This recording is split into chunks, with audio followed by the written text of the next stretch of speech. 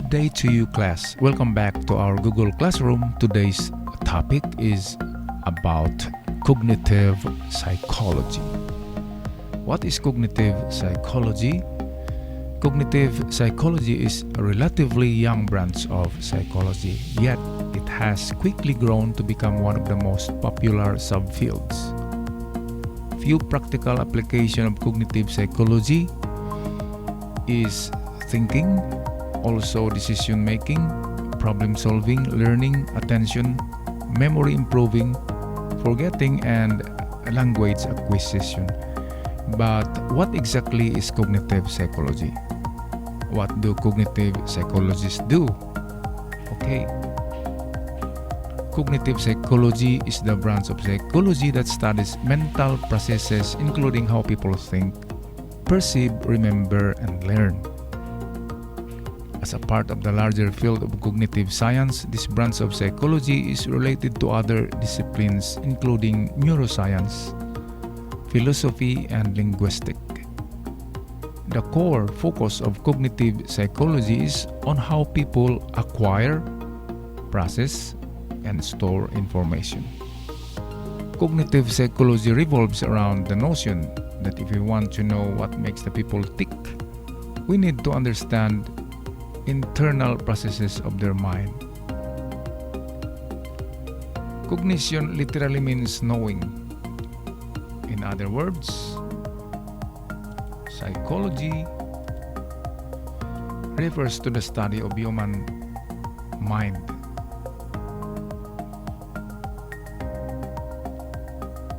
Until the 1950s, behaviorism was the dominant school of thought in psychology. Between 1950 and 1970, the tide began to shift against behavioral psychology to focus on topics such as attention, memory, and problem solving, often referred to as cognitive revolution. This period generated considerable research on topics including processing models, cognitive research methods, and the first use of the term cognitive psychology. Norbert Wiener in 1948 published Cybernetics, or Control and Communication in the Animal and the Machine, introducing terms such as input and output. Tullman, 1948, work on cognitive maps. Training rats in mazes showed that animals had internal representation of behavior. The birth of cognitive psychology often dated back to George Miller's in 1956, the magical number 7 plus or minus 2. Newell and Simons in 1972, development of general problem solver.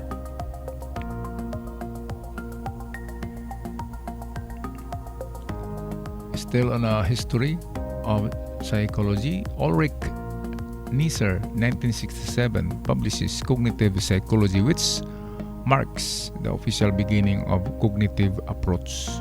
According to Neisser, cognition involves all processes by which the sensory input is transformed, reduced, elaborated, stored, recovered, and used. It concerned with these processes even when they are operate in the absence of relevant stimulation, as in the images and hallucination.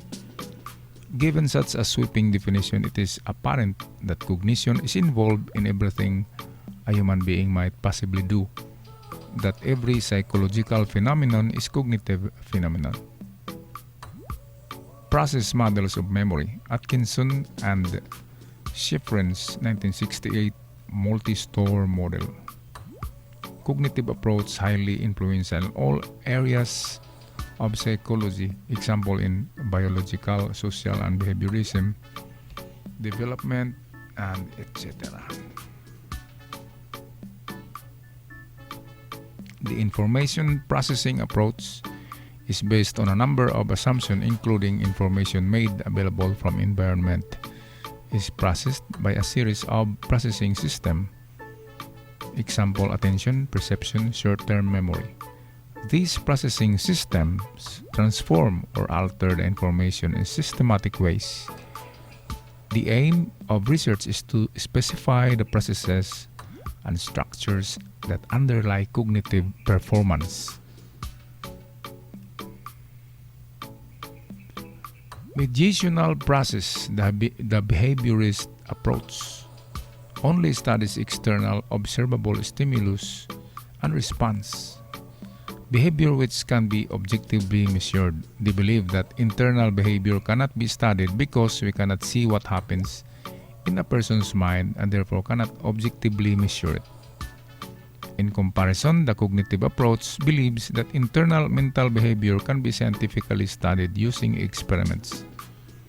Cognitive psychology assumes that a mediational process occurs between stimulus input and response output.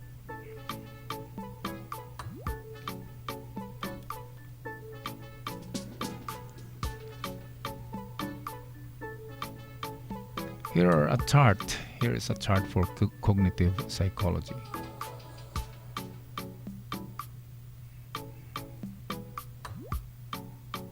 We have human experimental psychology, computer analogies, information process, cognitive neuroscience,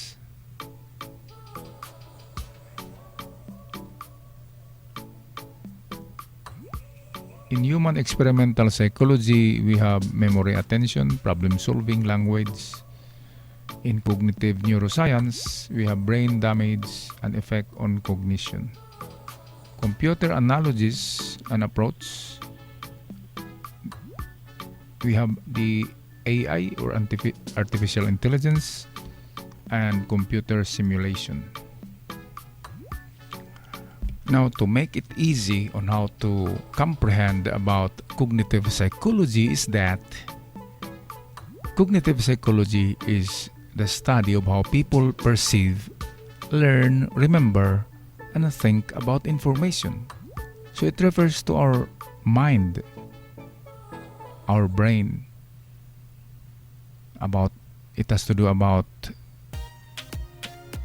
something with memory, attention, the way you talk, the language, or you can even solve problems, and you can make some decision making, intelligence, and of course you can perceive or perception. So anything that our brain does, that is cognitive psychology.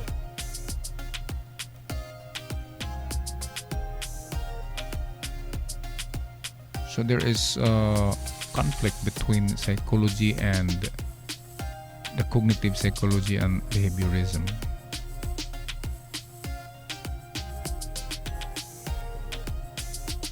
And even on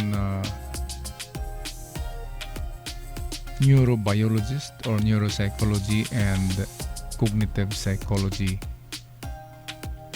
there is only a thin line difference between those.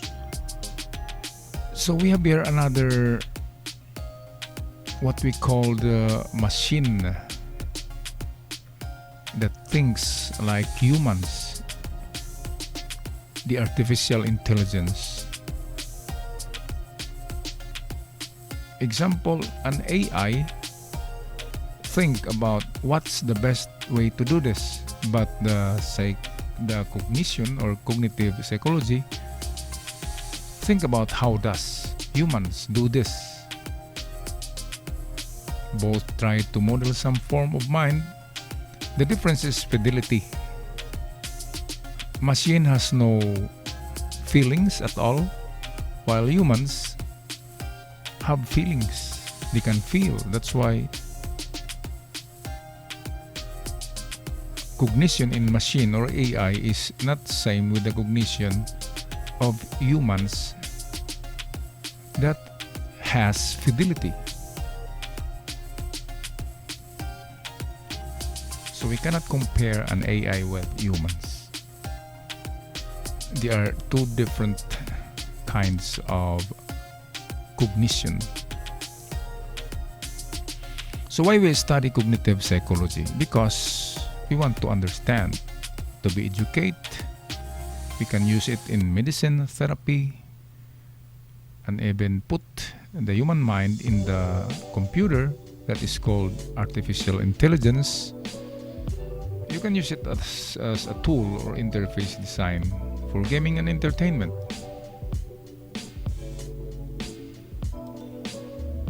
Okay, let's continue on the philosophical roots of cognitive psychology.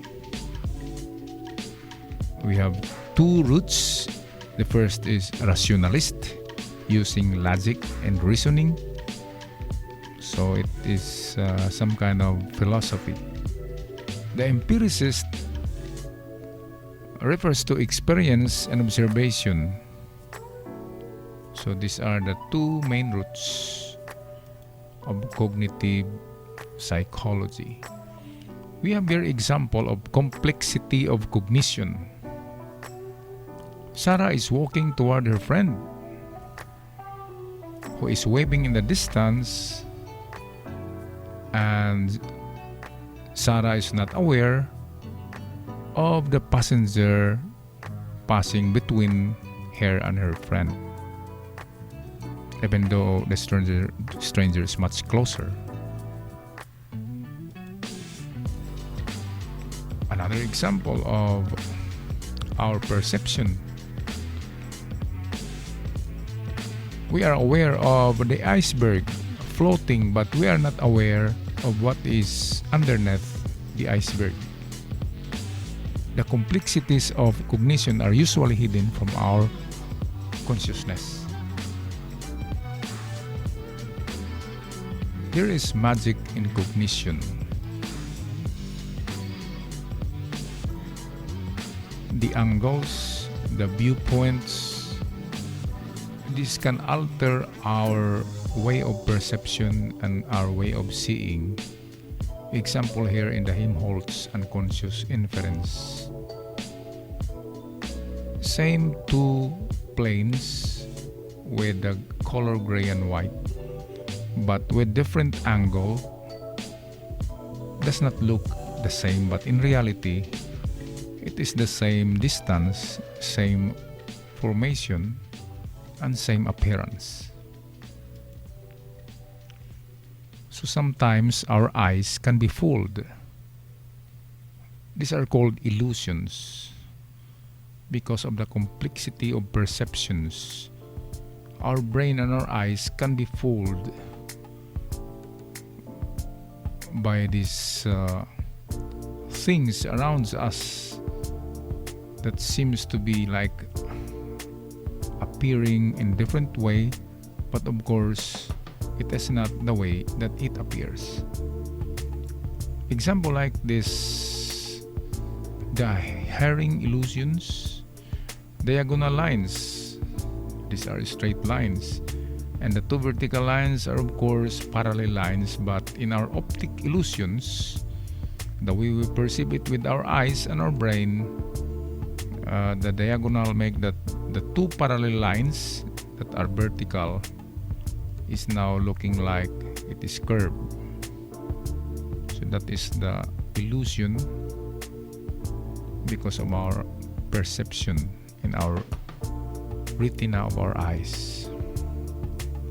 Sometimes it is called the magic of cognition.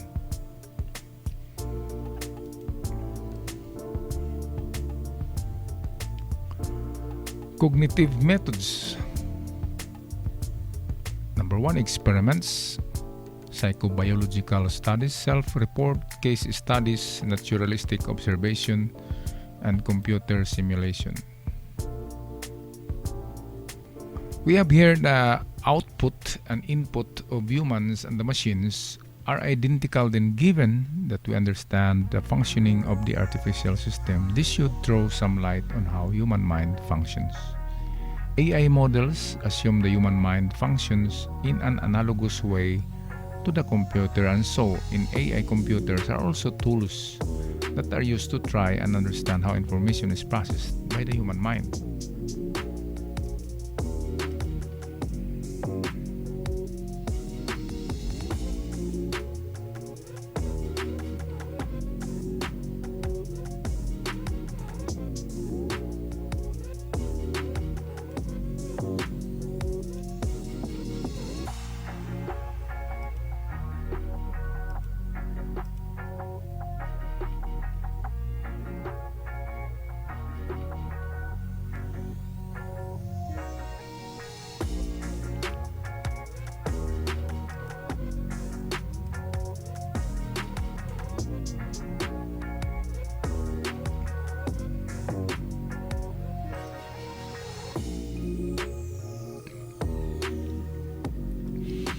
Now let's think critically. Beware of cognitive myth. We only use 10% of our brain. Group brainstorming, left versus right hemisphere. Left is an accountant, right is a hippie. Okay, so that is our brain composing two hemispheres. Beware of vacuous statements. Example, the troop effect shows that some stimuli can affect our behavior by forcing themselves on our consciousness, even we are actively trying to ignore them.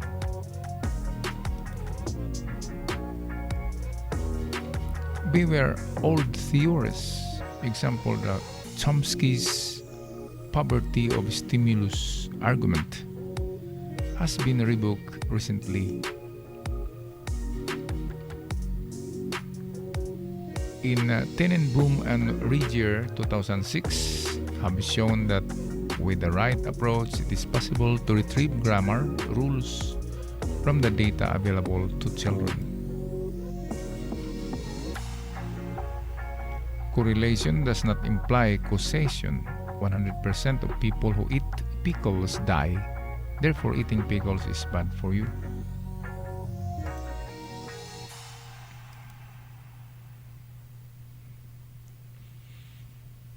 Cognition is far from being solved.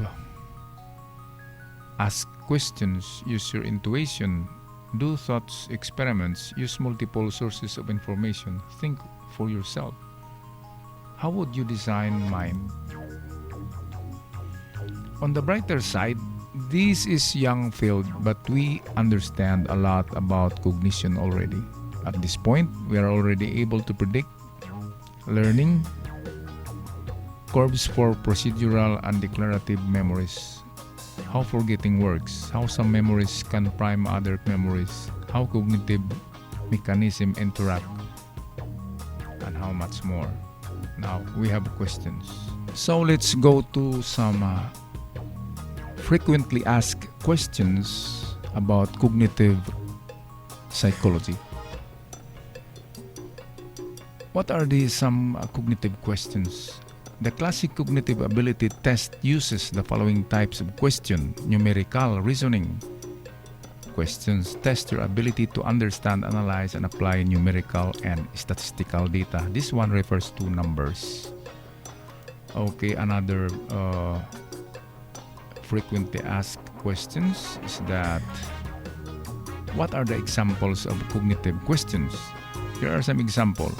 What would you predict or infer from blah blah? What ideas can you add to blah blah? How would you create, design a new blah blah? What might happen if you combine with that blah blah blah? What solutions you should suggest for this blah blah? Okay, so those are frequently asked questions on cognitive. About cognitive memory questions, the Gallagher and Asher hierarchical taxonomy in 1963, 4 different categories describe questions level. A cognitive memory question requires only one simple processes like cognition or recognition, rote memory, or selective recall to formulate the answer. Okay, so let's go to some more questions asked by people about cognition. What are the 8 cognitive skills? Okay, this is important. What are the 8 cognitive skills? These are to think, listen, learn, understand, justify, question, and play or pay close attention. Those are the 8 cognitive skills.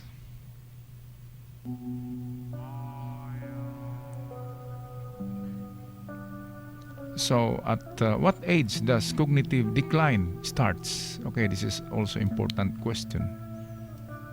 When does our cognition decline? The brain capacity for memory, reasoning, or comprehension skills or cognitive function can start to deteriorate from the age from the age 45. That includes me. Find research published by bmj.com today. That's a bad news. That cognition decline at the early age of 45.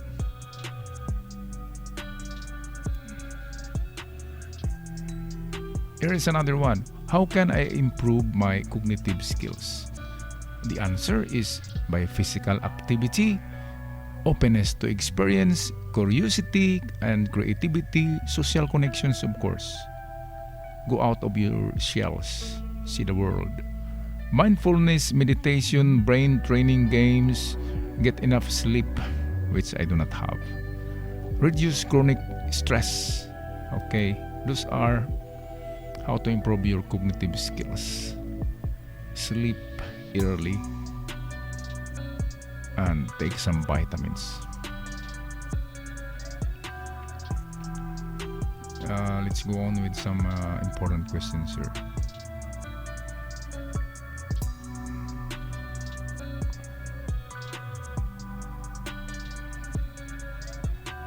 Here is where is that?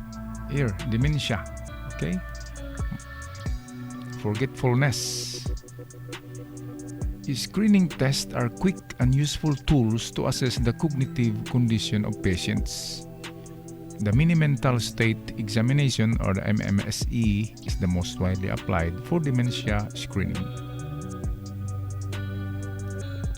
Okay, so those are some popular questions asked about cognition or cognitive psychology. Now let's go to your questionnaire or test questions. Try to answer these on one whole sheet of bond paper and send the JPEG to our email in our Google Classroom, and keep the hard copy, put it in a brown envelope for keepsaking, and it can be used as evidence that we are working on this subject, the general psychology. Thank you. So here are the questions for your quiz about cognition. You can answer this in one whole sheet of bond paper and then have that answer sheet pictured and send the JPEG to our email in our Google Classroom, and keep the hard copy. Keep it in the envelope and try to preserve it for future use. All right. Thank you, guys. And also don't forget to subscribe the channel for more updates. Thank you so much.